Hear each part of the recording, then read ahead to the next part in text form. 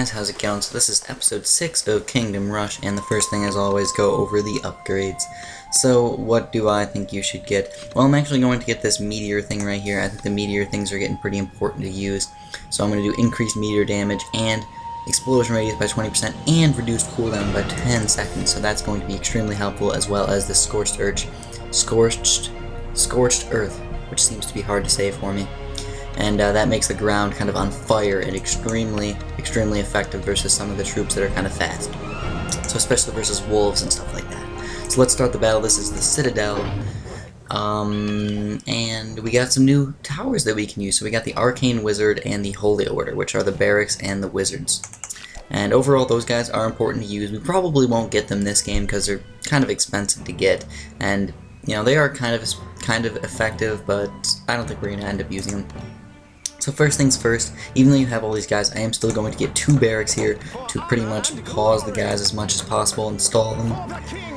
And I'm going to get some archer towers here, and some mage towers. And it seems like this one's not going to be too bad. I'm also going to upgrade both my archer towers up pretty far here. So let's just send them out. We got some bandits that we're fighting, and let's just check out the tip.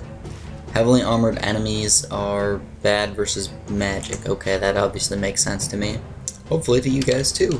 So we got all these guys. We're actually going to reposition where I'm going to send the guys that come out of the barracks. I'm going to make them come up here as much as possible. So if you notice, these guys do die reasonably fast, but they're actually not too bad. So I'm actually going to send out this wave early because these guys will all die. So we got brigands now. Brigands are pretty much the same guys we faced last time. They have reasonable armor, so you probably want to get some mages in here. I think a mage right in the middle here is probably going to be a good thing. And then we got a Dark Knight. So we got 2 Dark Knights coming out, so I'm actually going to wait a few seconds before I send those guys out. Those guys are, again, kind of good versus good versus arrows and stuff, so you got to be a little bit careful versus them. I am going to send it out a little bit early, get as much gold as I possibly can, and I'm going to upgrade that tower. So these guys, yeah, they've got high physical armor, so mages are the way to go with them. But I think we can stall them pretty easily with these few guys that they got here. They're gonna have to sit there for a while. The only real problem here is that all I have is really archers shooting them. I don't have many mage towers shooting them, so they're not getting hurt very much at all. So that being the case, hopefully I can kill them reasonably soon here.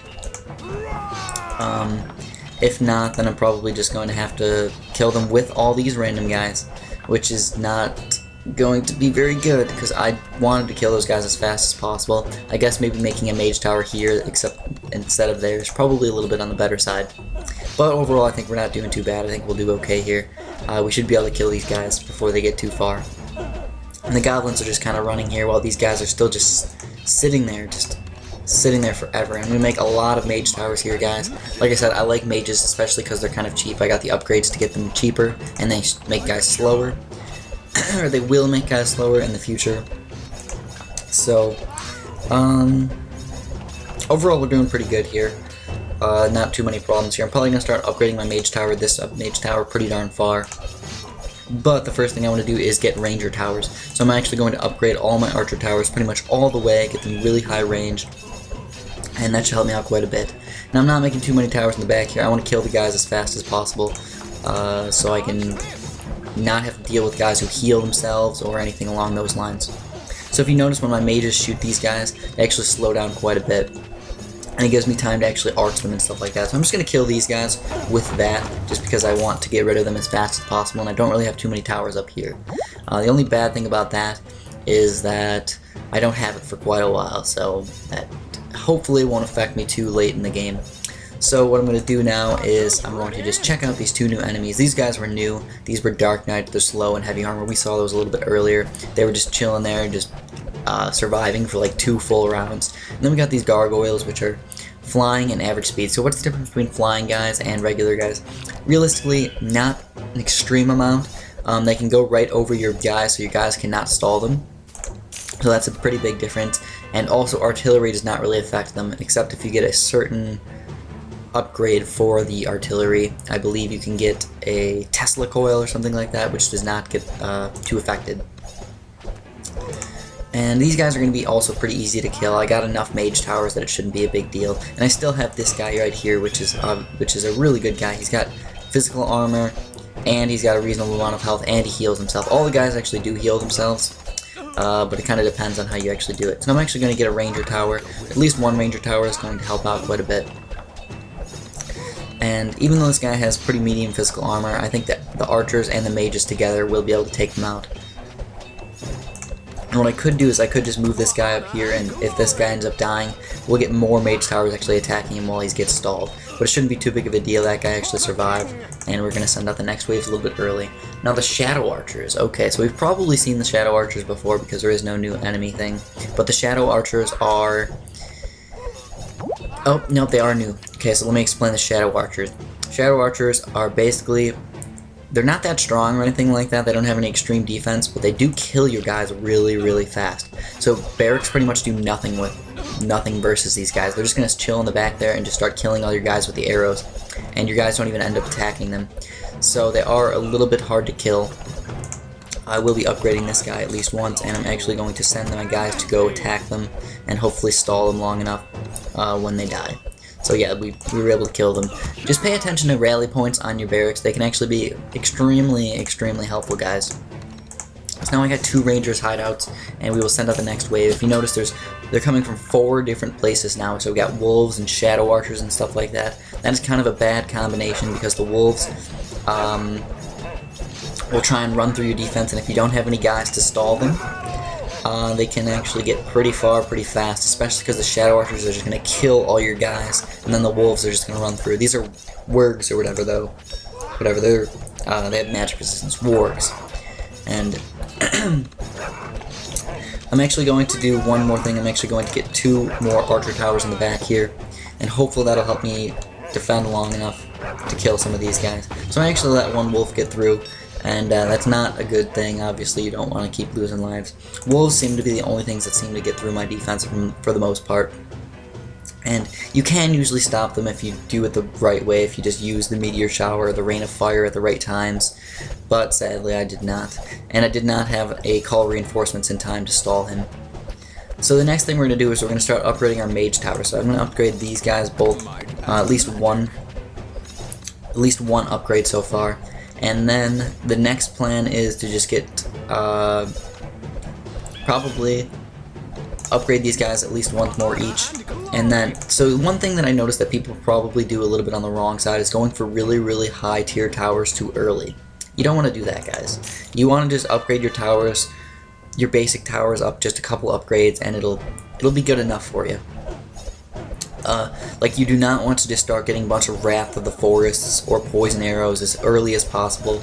That's not the best way to go, at least if you ask me. I feel like just getting a bunch of random upgrade 1 towers or upgrade 2 towers are good enough.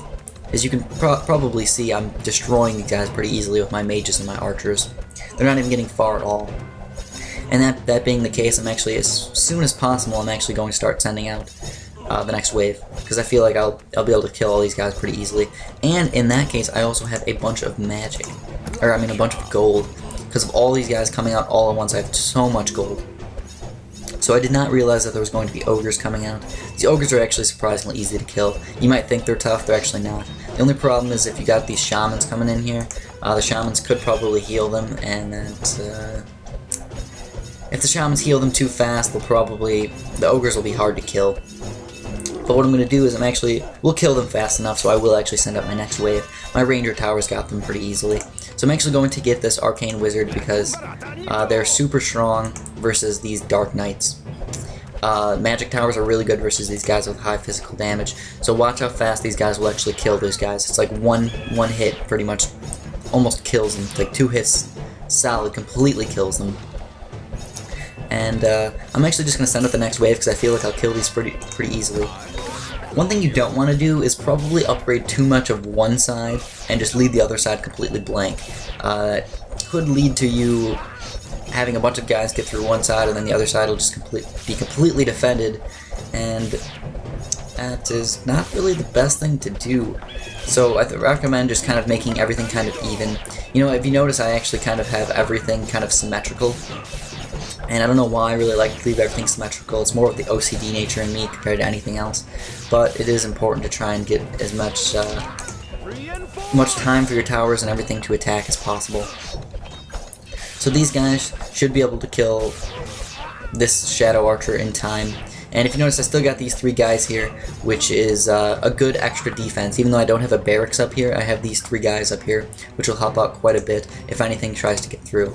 Now sadly, when those wargs or wolves or whatever came by, I had these guys trying to kill other people, and that one wolf was able to just run right by. So now it's time to send out the next wave. I'm not too worried about any of these guys. These Shadow Archers should die pretty fast.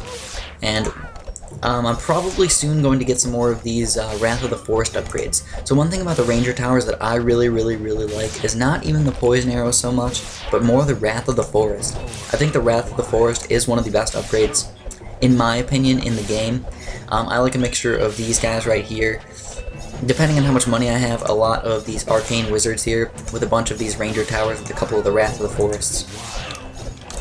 And what I'm going to do is, because I'm upgrading this side quite a bit, I need to start upgrading the other side as well. And we are only on wave 13 of 17, so by the time I get to round 17 or so, I'd like to have three Wrath of the Forest on both of these sides. And what the Wrath of the Forest actually does is it actually entangles guys. So if you notice, the range of this is huge though, by the way.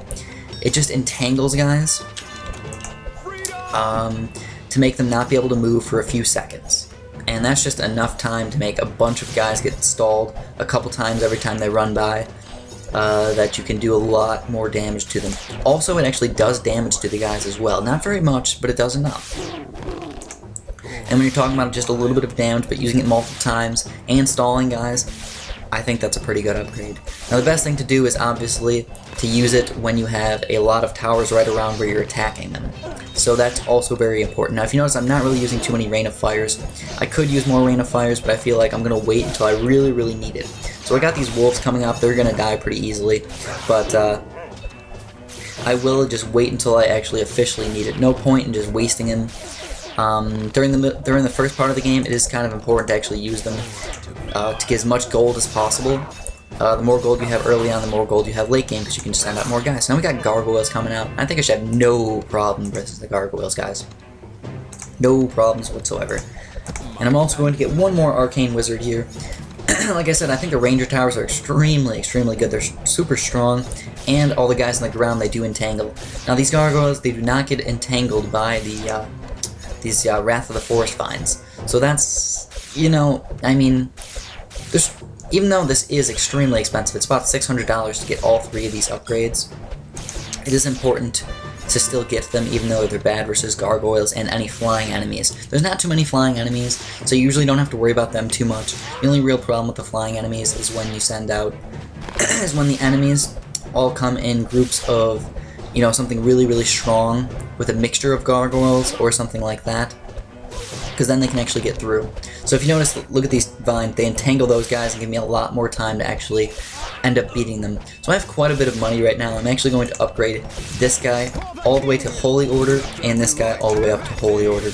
And that's going to pretty much stall everybody. These guys are extremely strong, and if you get the healing upgrade, they almost never die versus any of these regular enemies here. Even with these Shadow Archers trying to arch them, they probably won't die. They might, maybe a couple of them will die, but they probably won't in general, for the most part, die.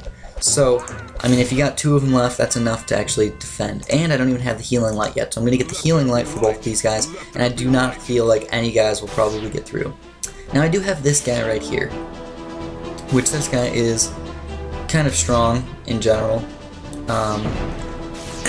This is just another boss. I think we've seen some bosses before, and if you notice how strong these arcane wizards actually are, the arcane wizards are completely strong, these guys. Now the one thing you're probably going to watch out for is he's going to shoot some of these random bullets, and the bullets could actually end up sending some guys up here. So you have to have a defense for the back up here as well, so I am going to upgrade a few of these guys as much as possible. And if you notice, this guy actually does not go for the fastest path. He actually goes for a really weird path that really doesn't matter too much. So I am going to actually officially send my Rain of Fire on these guys up here, and I'm also going to place a couple guys up there for just in case he sends any more bullets of guys all the way up there. When he sends the bullets of guys all the way down here and stuff like that, it really doesn't matter. All my towers will easily destroy them. And I'd like to get one more Ranger Tower. So I got a Ranger Tower up here, and I feel like these guys will probably not get through. I realized that I did lose 1 life, but 1 life is not that big of a deal, especially because you will get 3 stars if you do lose a life. So this guy's down to pretty much less than 1/3 of his health, almost 1/5 of his health right now, and he's still only like, I don't know, 1/3 of the way to the end, so we'll easily kill him. He's not a big deal. You could obviously go with more mage towers and stuff like that if you felt like it, but I think that was just a little bit on the easy side. The bosses really are not as hard as you might think. So we got 3 stars like usual, we got a couple achievements here. Hopefully you guys liked this episode. If you do, please press that like button, I'll definitely appreciate that. That's all I got for you guys today, so have a good one.